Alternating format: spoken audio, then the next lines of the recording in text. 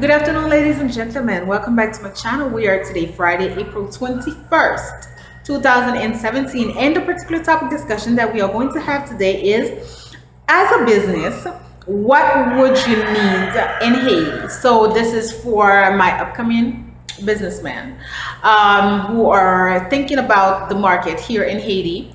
So this is to help you out. I believe in, I'm telling you to come, I do my part. So what is it exactly that, in my opinion, this is of course, me having worked in Haiti and looking at what we don't have and what you should be focusing on as an upcoming business person. The market might be very different from Haiti to any other market. All right, so the very first thing that I wrote is that you need to focus on employee growth. That is the one thing that you probably will need to focus on when you are coming here, because a lot of people are not knowledgeable on certain things. Let's take I don't know, whatever it is that you want to do. Let's say that you wanted to do a pharmaceutical, pharmacy, like a pharmaceutical business here in Haiti. You would have to definitely invest in your employees and, teach them. If you wanted to do a particular school, you would have to do that. I'm going to say something to you. Now, remember I told you that in 2013, I worked for an American school. These people were strictly American. It's so funny how, as an employee to their school, they never provided not even 1 hour of professional development, but they expected you to excel as a teacher. That's wrong, because even when you have people with credential, people who are certified in a particular field, there might be a particular way that you want to run your business. So you have to provide training to these people. You have to invest in these people. Whereas when I worked in 2013 in the school here in Haiti, these people provided, let me see, it was like before school, we had an entire 2-day professional development, and we had another one, and I think they provided one in January or sometime in the spring. They provided something. Of course, so that empowers the teacher that you have. That definitely empowers the teacher that you have. You can't say certain things like you want the best out of your employee, but you are not investing in your employee. So I highly suggest that you focus a lot more on employee growth, meaning let's say that you have about $100,000. Well, let's dim down the money. Let's say that you have $50,000 for, well, actually 100 is good. $100,000 for a business here in Haiti. I don't suggest that you take $100,000 and put it all on construction side, making sure that you have the latest technology. I suggest that you take about 50% of that money, you put it in the business, okay? And I suggest that you take 30% of that money. So meaning if you have $100,000, I do suggest that you say, okay, let me just take 50,000. I'm gonna do 50,000 is gonna go for the business. 20,000 is going to go for employee development training, making sure that your employees know how to use making sure that your employee knows how to use, I don't know, whatever it is that you need to run your business. That's important. Making sure that your employees are professionally trained, making sure that your employees understand terminology. All of that needs to be, that's how you build people and you build your business, okay? Some people are very afraid to spend money on people, and that comes from, I don't know why. You have to do these things, okay? So I said that training, professional development, sending employee out of the country for contest participation. When it comes to Haiti, you have to keep in mind that very, very, I don't want to say nobody, because I don't like to generalize always, but I think that very, very little people in terms of business focus on employees so much that they are sending their employees out of the country to represent the company. These days, from YouTube, people are hiring people as representative for them, paying for you to represent their company, their brand, their this, their that. So you as an upcoming business person in Haiti, that should be something that you want to focus on. Okay, I put, make sure you obey your contract, i.e., if your contract state payment is in the US dollar, keep such until contract expires. Personally, I had to go through this. This was the cause of many of my early termination. And this was also the cost of me almost dragging down a company from to legal status over there in the US. Because what they were doing and what they do is that they would have a contract, and let's say that they would pay you X amount of dollars, and they said that it would be that they would pay you here, they would pay you in the dollar, but mid, like through your contract, they would change it and they would pay you with the current currency, with our currency, which is the good, which is not good. Why? Let's say that you're getting paid $1,500 a month, American. You change that money and you tell me that you pay me in good. With which currency? Because you see how the money exchange is fluctuating. So are you paying me according to like the currency that we have right now? They're not doing that because they're trying to keep. So don't do that. When you do that, you irritate your employee. You make us feel like, you make employees feel like, okay, you don't care, that you're out for yourself.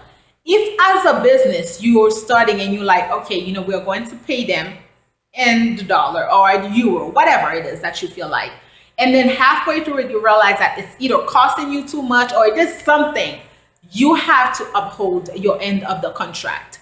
If that person is there for a year and that money states that that's how they're going to pay you, then you just keep it. If the contract states that the person is here for longer than a year and you're realizing that, we won't be able to keep up, then you do a meeting, you talk to your employee, you inform them. I'm telling you, I have a bad taste with a few companies that I won't mention over here who did this shit while I was working with them and I was not happy. One of them still owed me $176.50.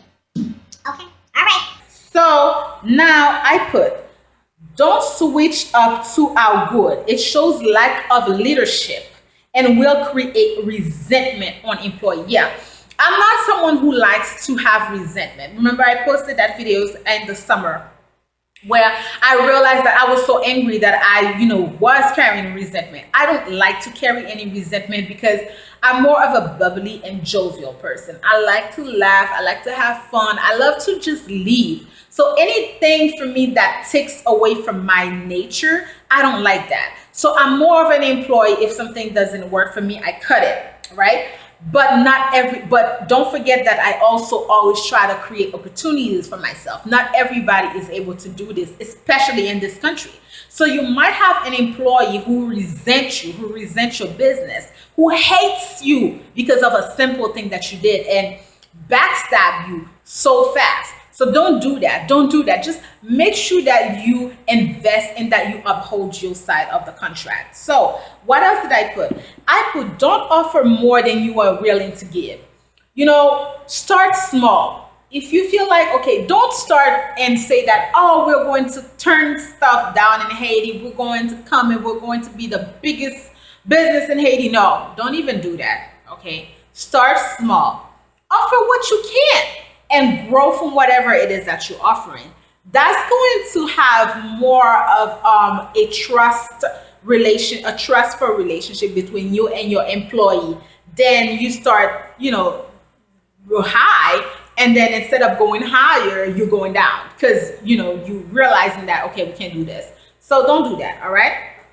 I put, be willing to give what your employer can't have for the moment and what other employer can't match. Sorry, let me reread that for you.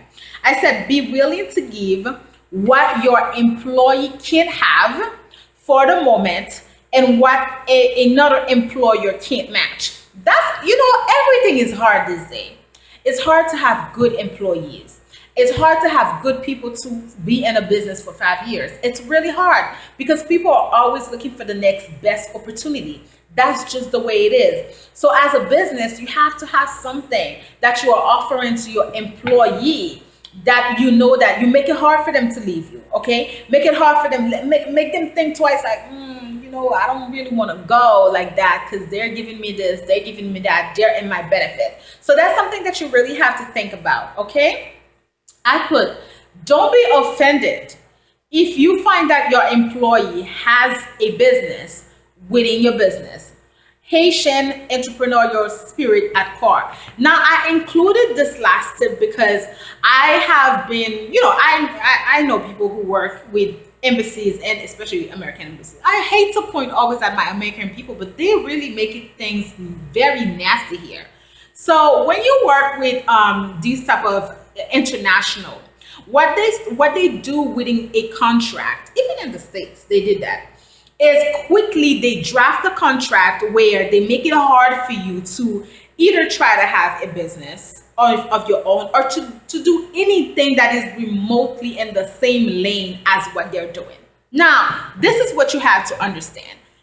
Yes, you could do a contract like that and have your employees sign, but the reality is that unless you're really paying people, and not only are you paying people, that you really, your benefit package, everything that you're giving, it's like the person doesn't even care, and the person is not even thinking twice. It's going to be hard for you to have that. You know, the Haitian people are people who really have an entrepreneurial spirit. We are always on our business thing. So what can happen is, like, the person can be simple. The person can be like, okay, for example, I go to the salon all the time. I go to the salon, but there is like two people within the salon, two ladies who sell jewelry. Okay, that's their get down. They sell the cutest jewelry, and you have to be able to get the jewelry like that, because like it's just gone. So can the owner of the salon has her shop. Can she say to them, okay, you know what, I don't want you to sell your jewelry? Now, of course, these ladies, they don't advertise to clientele like that they have jewelry. They do it very subtly. They may talk to you if you're their client as they're doing their nails. You know, they build that relationship with you, and they show you. And you, because you have to, you know, you myself, you know, I never ask them to pull out their things and, you know, right there in the shop. I may talk to them on the side. I may call them. They may come here and show me a couple of things, and I may purchase a couple of things. That's how it is. So this is really what I have to for you as far as tips to help you out and God, I'm sorry, to help you out with your focus, and to knowing, okay, if you wanted to come here and if you wanted to do business here in this country. This is it for my videos for today, guys. Thank you so much. You have a beautiful weekend. I don't know when I will be posting these videos for you, but thank you so much for watching, and I will see you in the next.